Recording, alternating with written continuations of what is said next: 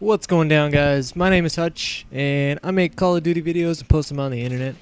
And today I'm going to show you guys a few tactics which I believe will help you out in the long run if you're using a sniper rifle in Modern Warfare 2. So my perks for this match are Stop and Power Pro, Steady Aim Pro, Ninja Pro. Now I'm using Ninja Pro so that other people don't hear my footsteps. I think in free-for-all that's a pretty underused perk. And I think if more people use that, it would be a lot harder for guys like me to get the kind of scores or to win a free-for-all because, I can hear these guys' footsteps loud as day. Got a pretty nice headset, so yeah.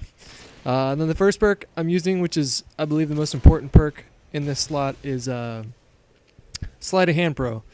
And why I think Sleight of Hand Pro is important is because with the Pro add-on to the perk, your scope is going to come up about twice as quick.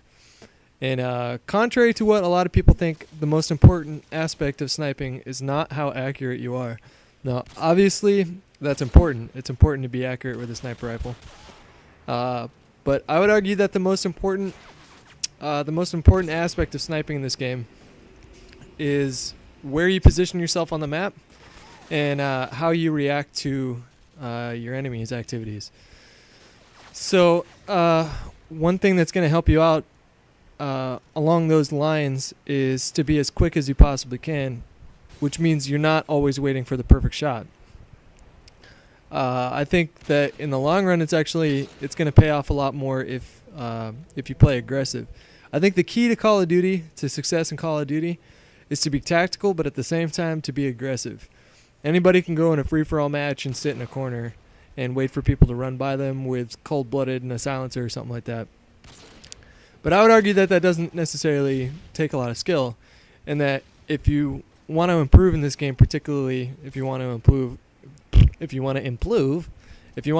a sniper rifle, then it's important to be as quick as you possibly can. The assault rifles in this game have very little recoil, with the exception of the FFA 2000, which has a lot of recoil. But all the other assault rifles in this game don't have a lot of recoil, so the longer that you're standing out in the open with your scope up, trying to hold your breath and waiting for that perfect shot, it's the easier you're going to make the other person's job, especially if they have an assault rifle or if they're up close, if they have a submachine gun. The easier you're going to make their job if you're sitting there with your scope in all the time. I got a lot of grief from a few people on some of the Machinima posts that I've already posted, because I've already mentioned before that I don't think accuracy is the most important part of sniping, and people kind of were just like, "Oh, you fucking douchebag! Of course it is. It's sniping. That's what makes you good snipers. How accurate you are." And I agree that it's important, and I agree that if you're not accurate with a sniper rifle, you're probably not going to have a whole lot of success. Like right there. As I'm talking about accuracy, I missed 4 shots. See, like when they're really up close like that, I like to quick scope because especially if they're sprinting, if you're trying to hold in your scope and follow them and they're really close to you, it's really hard to follow them. So to me, it's easier just to click the left trigger, zoom in and shoot, and then as soon as I shoot, zoom right back out. It's called a quick scope. And yeah, I don't know how much more I can stress in terms of free-for-all. Like, common sense is good. Like here, this guy's a camper. I know that because he's hiding behind barrels. So he killed him there last time. Just chuck a nade up there, easy kill. That is why camping in the long run is not going to make you a good player. And as far as some concerns that I've heard about Modern Warfare 2 and balance issues, I'll talk about the kill streaks real quick. I've heard a lot of people complain that the kill streaks are insanely overpowered, and I don't agree. Like the Predator missile can be kind of a pain in the ass because if you're out in the open, there's pretty much no way to defend against that. But when you get to things like Harrier strikes, attack helicopters, Pavlos, AC-130s, and chopper gunners, the easiest way to take those things down is to have a backup class with cold-blooded and Stinger missiles. Now, I've found personally that Stinger missiles work the best against best against aircraft like Harrier jets and attack helicopters and things like that. I tried the Javelin. I mean, they're pretty cool, but they only give you one round. So if you miss, then you're kind of screwed. So, like, if I'm playing a big team game, like Team Deathmatch or Dom or something like that, and the other team has air support in the air, what I like to do is switch my class to that cold-blooded class with the Stinger.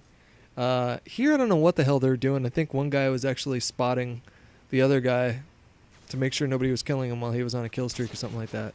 But in a minute, you will see that I come in and ruin their plans.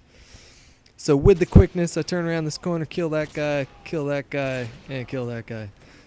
That's what happens when you act like a douchebag in a free-for-all. So what I like to do is, getting back to what I was just talking about a second ago, is I like to switch to my cold-blooded class, fire 2 stingers at whatever is in the air. If that doesn't take him down, I'll chuck a nade, kill myself, and fire a couple more.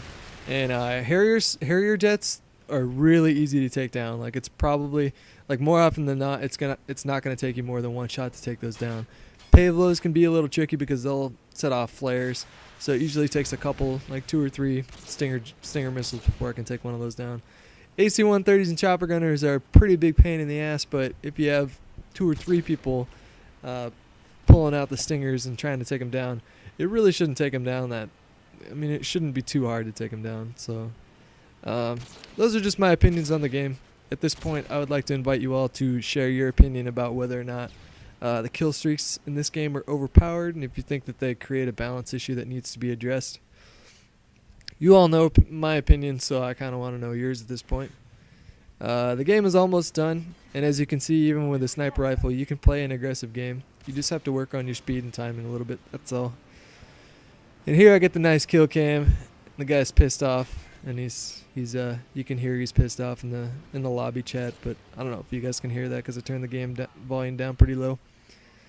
So there's your game-winning kill, and my final score was I don't know what the final score was. 30-12, I think. Anyways, come check out my channel if you like this, and I'll talk to you next time.